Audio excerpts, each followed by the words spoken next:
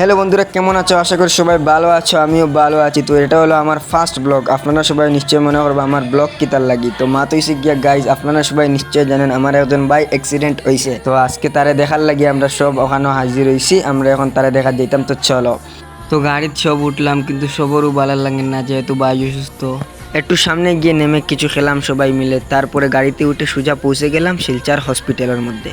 তারপরে আমরা সবাই হসপিটালের মধ্যে ঢুকে 2-3 সিঁড়ি উপরে উঠে ফাইনালি আমাদের ভাইয়ের সাথে দেখা হয়ে গেল।